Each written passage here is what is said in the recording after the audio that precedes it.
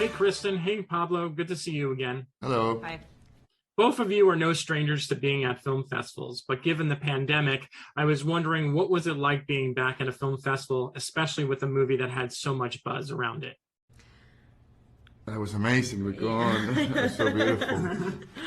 We had the best time, and I was so scared leading up to the festival.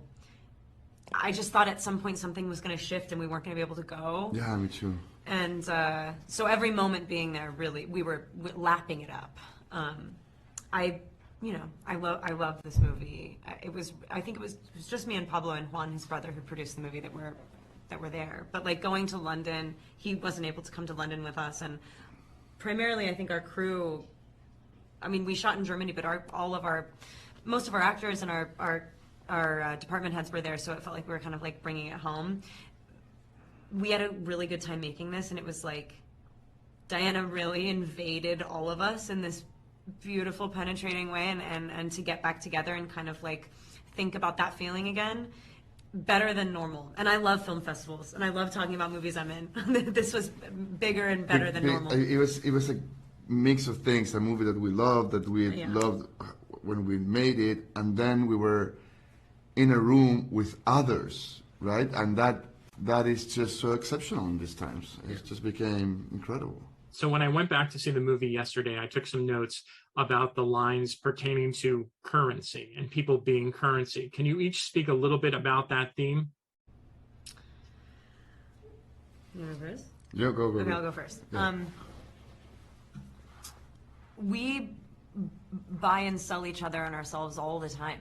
I mean, I am constantly asked about my relationship to being photographed and being a public figure in general, and how that might give me some more insight into being able to play Diana.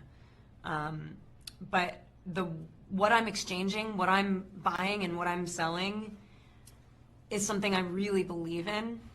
And you know, it can be like a frustrating exchange sometimes. We live in a society that is obsessed with famous people. We love to turn them into characters that don't exist and prescribe this reality which is fully fictional, yet we kind of all mutually know and understand that, but then at the same time we don't.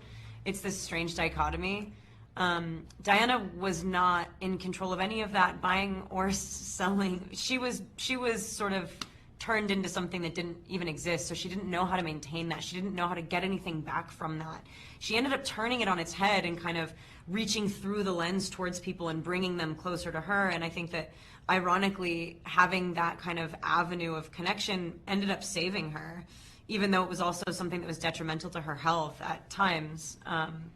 So I think I have nowhere that I'm landing right now. I'm just sort of talking about what it means to sort of have a public exchange, and the ways that we do commodify personalities and art in general is trippy and something that you need to be sort of protective of and know that what you're doing is yours.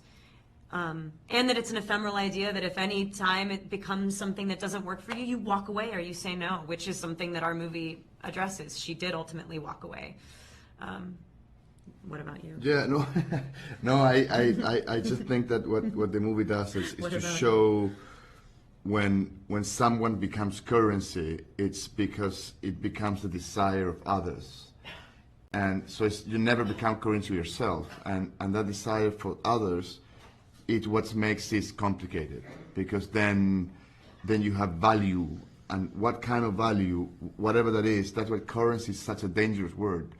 And that conversation comes up with the Queen in our movie, as you know. So it's when do you become currency and why and how, and it's a very complicated thing that I have not become currency to anyone, I guess, so far, but I can see it in others. He doesn't know his worth.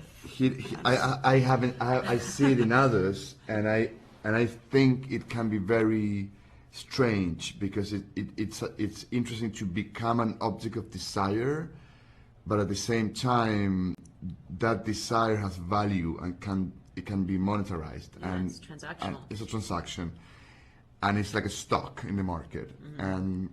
And it's a weird thing of the world we're living in. I don't know. It's a good question. It's a very long answer. I guess. That's the problem. No, and I wish I had more time because I had so many questions that I didn't even get through, and I wanted to give a whole response to both of your answers. But, guess we'll have to wait for next time. Thank you so very much, as always. Good seeing you again, Kristen. Nice seeing you, Pablo. Nice to meet you. Congratulations on the film. Bye-bye. Thank you so much. Thank you.